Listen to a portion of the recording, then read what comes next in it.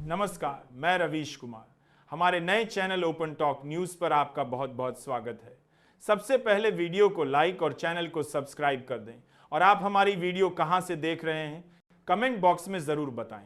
चलिए वीडियो शुरू करते हैं। केंद्र सरकार ने रबी फसलों की न्यूनतम समर्थन मूल्य एमएसपी बढ़ाने की घोषणा की है। इस बढ़ोतरी से किसानों को उनकी उपज का बेहतर दाम मिलेगा और उन्हें सीधा फायदा होगा।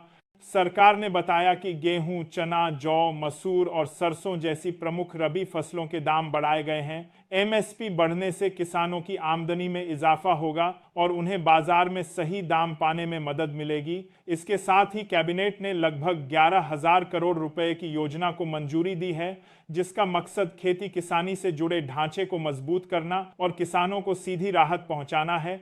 सरकार का कहना है कि यह कदम किसानों की आय दोगुनी करने की दिशा में अहम साबित होगा।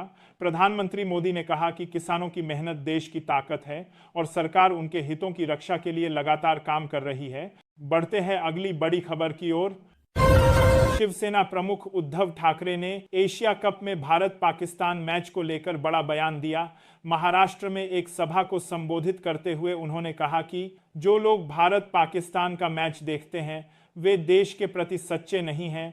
उनका कहना था कि पाकिस्तान बार बार भारत के खिलाफ आतंकवादी हमले करता है, ऐसे में उसके साथ खेलना ही गलत है। उद्धव ठाकरे ने सवाल उठाया कि जब देश के जवान सीमा पर अपनी जान दे रहे हैं तब पाकिस्तान के साथ क्रिकेट खेलना या उसका मैच देखना शहीदों के बलिदान का अपमान है। उन्होंने केंद्र सरकार और बीसीसीआई पर भी तंज कसा कि वे सिर्फ क्रिकेट से कमाई पर ध्यान दे रहे हैं, देशहित पर नहीं। उनके इस बयान पर राजनीति तेज हो गई है।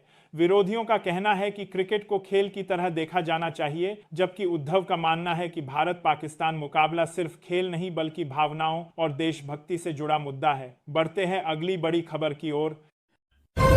महाराष्ट्र कांग्रेस के एक सोशल मीडिया पोस्ट ने देश में एक नया हंगामा खड़ा कर दिया है। इस पोस्ट में एक तस्वीर और संदेश था, जिसे लेकर आरोप लगे कि यह दंगा भड़काने की कोशिश है। खास बात यह है कि इस पोस्ट में बीजेपी कार्यालय जलाने की बात कही गई थी, जिससे कई लोगों में गुस्सा और विवाद फैल गया।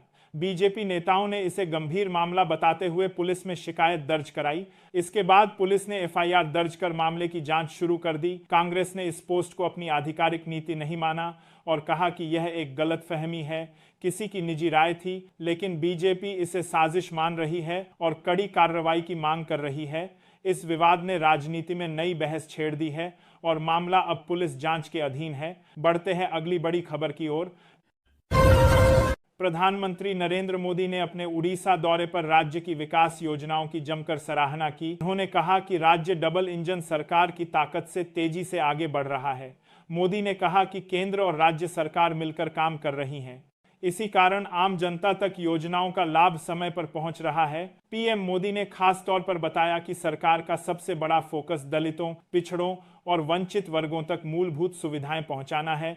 उन्होंने कहा कि गरीबों और जरूरतमंदों को घर, शौचालय, बिजली, पानी और स्वास्थ्य जैसी बुनियादी चीजें मिलनी चाहिए और सरकार लगातार उसी दिशा में काम कर रही है। अपने संबोधन में प्रधानमंत्री ने शिक्षा और स्वास्थ्य क्षेत्र में हो रहे सुधारों पर भी जोर दिया। उन्होंने कहा कि नए स्कूलों, अस्पतालों और मेडिकल कॉलेजों के जरिए युवाओं और मरीजों को बेहतर सुविधाएं मिल रही हैं। इस पूरी रिपोर्ट पर आपकी क्या राय है? जो भी राय हो कमेंट बॉक्स में जरूर बताएं और फिलहाल मुझे दीजिए इजाजत। नमस्कार।